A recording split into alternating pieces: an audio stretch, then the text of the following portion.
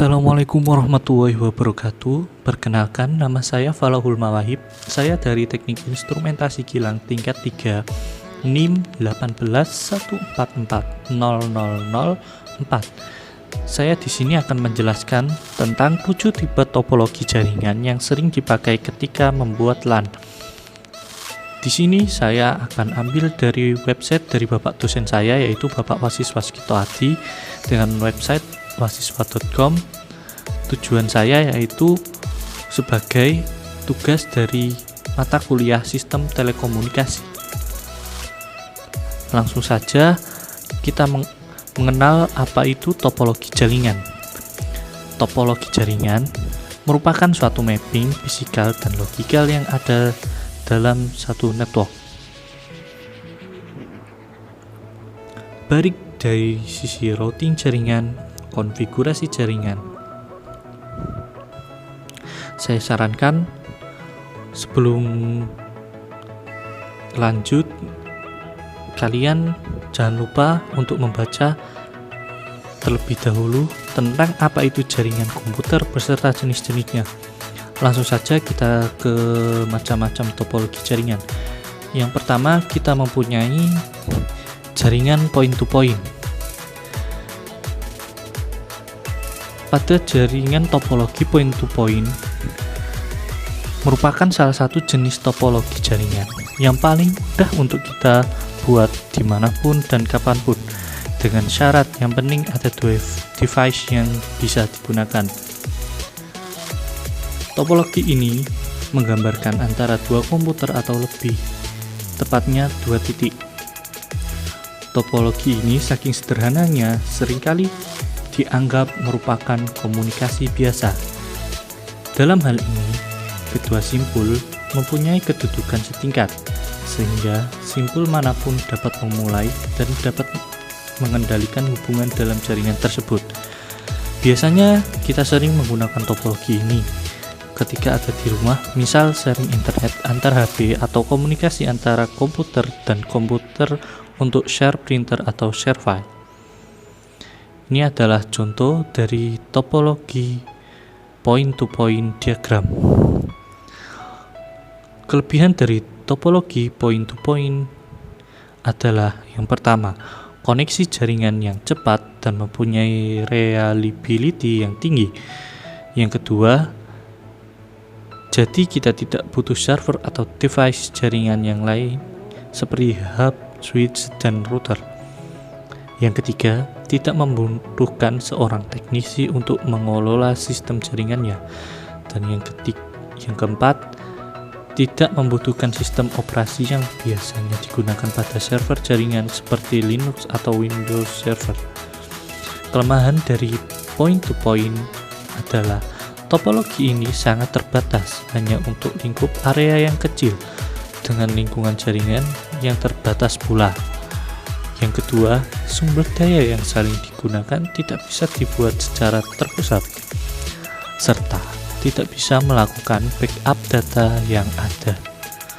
Dan yang terakhir, tidak membutuhkan keamanan jaringan yang kompleks, cukup membutuhkan permission saja dari salah satu device sudah bisa terhubung ke jaringan. Selanjutnya kita lanjut ke topologi bus. Jenis topologi ini biasanya sering digunakan di industri, khususnya di device komunikasi protokol seperti verbus, modbus, dan lain-lain. Di topologi bus ini menggunakan kabel tunggal yang terkoneksi ke semua node yang ada dalam satu jaringan. Topologi bus harus bergantian menggunakan saluran, karena topologi ini hanya menyediakan satu saluran untuk komunikasi semua perangkat. Topologi bus merupakan topologi yang banyak digunakan di awal penggunaan jaringan komputer, karena topologi yang paling sederhana dibanding yang lain. Sinyal yang dikirim oleh satu komputer akan dikirim dari ujung satu ke ujungnya lain. Jika sinyal dibolehkan untuk terus-menerus tanpa interrupt, maka akan terjadi bouncing atau sinyal akan berbalik arah. Hal ini dapat mencegah sinyal lain untuk bisa mengirim data. Untuk mencegahnya, diperlukan adanya terminator di mana ujung-ujung dari kabel yang terhubung dalam komputer harus diterminate untuk menghentikan sinyal bouncing dan menyerap sinyal-sinyal yang bebas. Kelebihan dari topologi bus yaitu yang pertama, biaya pembelian dan pemasangan kabel sangat murah dibandingkan dengan jenis topologi lainnya. Topologi ini sangat terkenal karena sangat murah dan mudah dalam membangunnya.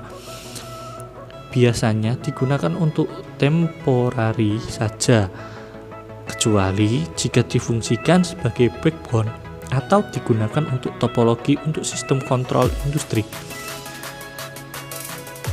Yang terakhir merupakan tipe topologi jaringan yang pasif karena hanya bisa digunakan untuk menerima data yang dikirim dan tidak bertanggung jawab terhadap pergerakan data dari device satu ke device lainnya. Kelemahan dari topologi bus ini yang pertama, jika kabel utamanya mengalami fail atau kegagalan, maka semua device yang terhubung ke jaringan tidak bisa digunakan untuk berkomunikasi lagi. Yang kedua, jika trafik jaringan tinggi, bisa mengakibatkan collision pada jaringan dan dampaknya akan mengakibatkan performa jaringan yang akan menurun. Dan yang terakhir, jangkauan kabel yang terbatas. Untuk selanjutnya yaitu topologi yang ketiga, yaitu topologi ring. Seperti namanya, topologi ini pada umumnya berbentuk cincin.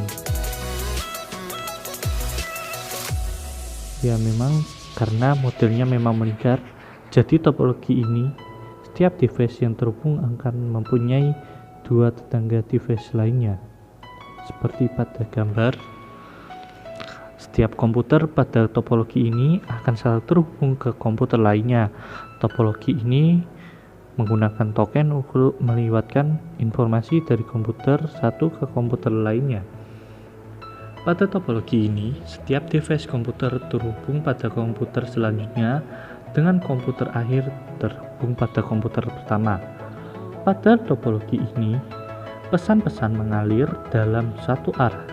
Setiap komputer mengirim apa yang diterimanya. Topologi ring adalah jaringan yang aktif. Beberapa jaringan ring melakukan token passing atau pesan singkat yang disebut dengan token dijalankan melalui ring sampai sebuah komputer menginginkan informasi ke komputer yang lain, yang mana komputer tersebut akan merubah token tersebut dengan menambah alamat dan menambah data dan mengirimnya melalui ring. Lalu secara berurutan setiap komputer menerima token tersebut, dan setelah secara berurutan komputer yang menerima setelah sampai komputer yang dituju, dan begitu seterusnya. Kelebihan dari topologi ring yang pertama, sangat mudah untuk instalasi dan konfigurasinya. Yang kedua, menambahkan atau mengurangi device dalam topologi ini cuma merubah dua koneksi saja. Yang ketiga, untuk perawatan dan perbaikan lebih susah di topologi ini. Yang keempat, jika ada gangguan di salah satu komputer akan mengakibatkan semua jaringan terganggu. Dan yang terakhir, di topologi ini akan semua mempunyai akses yang sama ke semua komputer dan jaringan. Kelemahan gunakan topologi ring. Yang pertama, traffic berjalan satu arah karena cuma ada satu gateway. Yang kedua, adanya gangguan satu device akan mengakibatkan device lainnya terganggu. Dengan berkembangnya teknologi jaringan saat ini, topologi ini mulai kurang populer. Yang keempat, jika ada permasalahan di dalam jaringan, sangat susah untuk perbaikannya. Dan yang terakhir, jika ada penambahan atau pengurangan pada salah satu device akan mengganggu kinerja pada jaringan. Kita akan berlanjut ke topologi yang keempat, yaitu topologi star.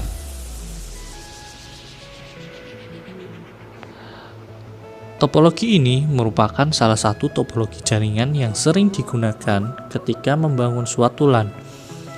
Semua komputer atau device pada topologi ini akan terkoneksi ke sebuah hub atau switch. Topologi ini tidak langsung berhubungan satu sama lain, tetapi melalui perangkat pusat pengendali atau yang disebut hub.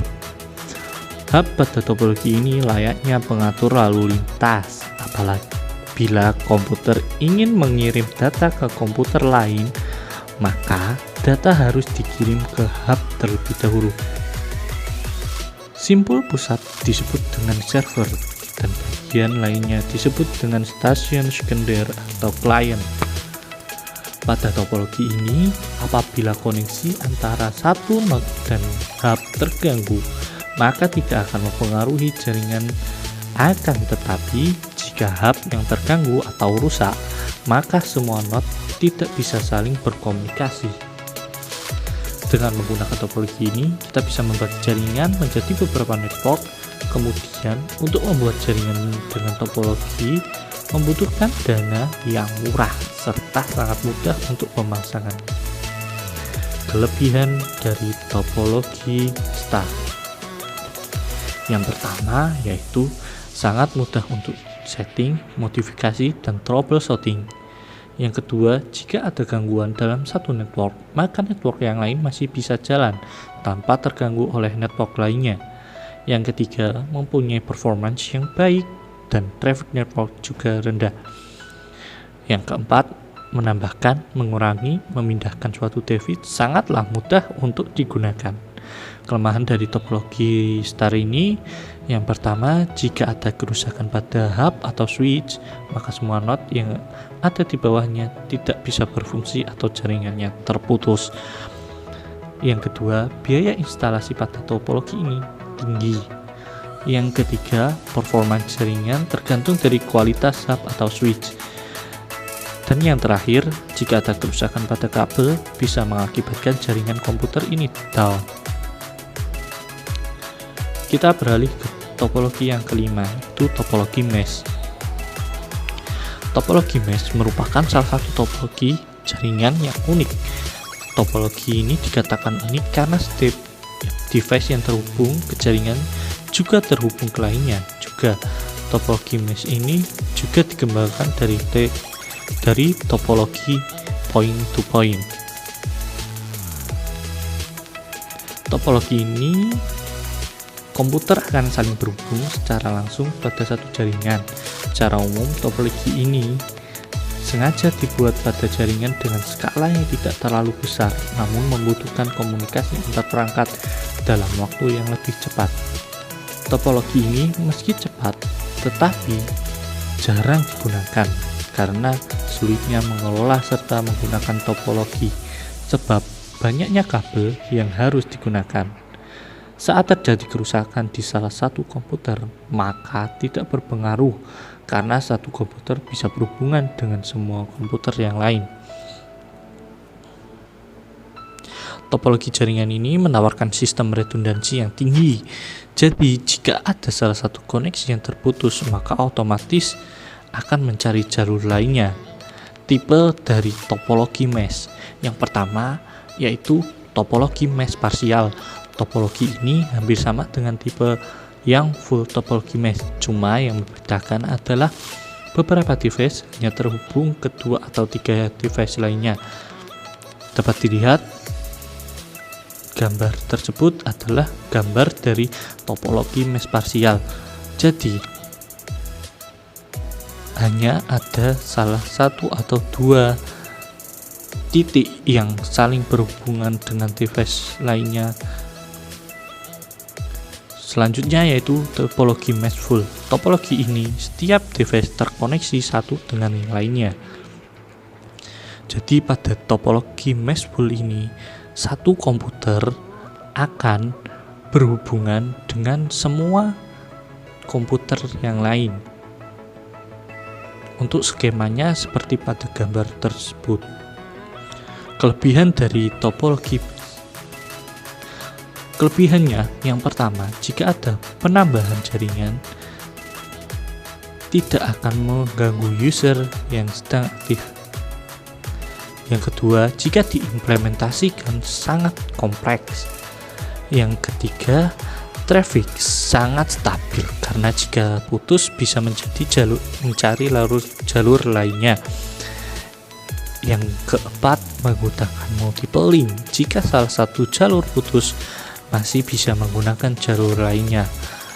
Dan yang terakhir, topologi ini bisa membantu jika menginginkan network yang selalu live. Untuk kelemahan dari topologi MICE, yaitu yang pertama, ketika membuat topologi ini sangatlah rumit karena setiap node harus terkoneksi dengan node lainnya. Yang kedua, sistem topologi ini adalah dedicated link. Dan yang ketiga, topologi ini adalah robust. Yang keempat, membutuhkan biaya yang besar jika mau diimplementasikan. Dan yang terakhir, membutuhkan space yang besar untuk link dedicate-nya. Selanjutnya kita akan membahas topologi tree. Tipe topologi ini menyerupai akar pohon, dan semua node yang terhubung membentuk suatu hierarki. Oleh karena bisa juga disebut dengan topologi hierarki, atau bisa disebut juga gabungan antara topologi start dan bus. Karena topologi ini menggabungkan topologi start di dalam single bus, atau bisa juga disebut sebagai topologi start bus. Setiap pusat komunikasi yang ada akan dihubungkan pada pusat komunikasi lain, cukup dengan sebuah kabel utama, misal seperti topologi bus. Hierarki jaringan bisa mempengaruhi sekaligus mengontrol jaringan yang ada di bawahnya. Hal inilah yang membuat topologi tree sering digunakan untuk melakukan interkoneksi pada sentral hierarki yang berbeda. Keuntungan dari topologi tree yang pertama, jika ada salah satu node yang putus, tidak akan mempengaruhi node yang lain. Yang kedua, penambahan node bisa dilakukan dengan cepat dan murah. Yang ketiga, jika ada error dalam jaringan, sangat mudah untuk dideteksi. Dan yang terakhir, sangat mudah dalam hal perawatan dan perbaikan. Kekurangan dari topologi tree ini yaitu yang pertama, jika node yang ditambahkan ke jaringan sangat banyak, maka bisa mengakibatkan pemeliharaan jaringan menjadi lebih susah. Dan yang terakhir, jika hub atau switch mengalami kerusakan, maka akan bertambah pada node yang lain. Dan yang terakhir, kita akan membahas topologi hybrid. Topologi hybrid dikatakan karena biasanya menggabungkan dua atau lebih topologi lainnya. Kalau dilihat dari gambar di atas, merupakan bukan suatu topologi yang standar. Jadi di topologi hybrid ini kita bisa menggabungkan antara topologi yang satu dengan topologi yang lain. Misalnya saja, topologi hybrid ini bisa menggabungkan topologi start dan topologi point-to-point atau topologi bus. Jadi topologi bisa dikatakan hybrid jika ada dua jaringan dasar yang berbeda yang saling terhubung. Keuntungan dari topologi hybrid yaitu yang pertama, topologi ini menawarkan solusi termudah dalam mendeteksi kesalahan pada jaringan. Suatu topologi jaringan yang berjalan secara efektif dan efisien. Dan yang terakhir, topologi ini sangat scalable untuk ditingkatkan ukuran jaringannya. Kelemahannya yaitu yang pertama, topologi hybrid ini sangat sulit didesain jaringannya. Dan yang kedua, topologi yang paling mahal di antara topologi yang lainnya. Selanjutnya saya akan memberikan panduan memilih topologi jaringan. Berikut ini adalah beberapa hal yang bisa dipertimbangkan ketika kalian mau memilih sebuah topologi jaringan. Yang pertama yaitu topologi bus adalah salah satu topologi yang paling murah dari topologi lain kalau dilihat dari sudut pandang biayanya. Yang kedua, jika Anda mau menggunakan koneksi yang tidak panjang, kemudian rencananya mengembangkan jaringan tersebut ke depannya, maka bisa menggunakan topologi star. Kalau kita bicara secara topologi mesh merupakan salah satu pilihan yang ideal yang bisa diimplementasikan karena setiap node terkoneksi ke node yang lain. Kemudian jika pilihannya mau menggunakan kabel twist pair, maka bisa menggunakan topologi star. Demikian tutorial tentang topologi jaringan ini, semoga bermanfaat. Apabila ada kekurangan, saya mohon maaf, dan wassalamualaikum warahmatullahi wabarakatuh.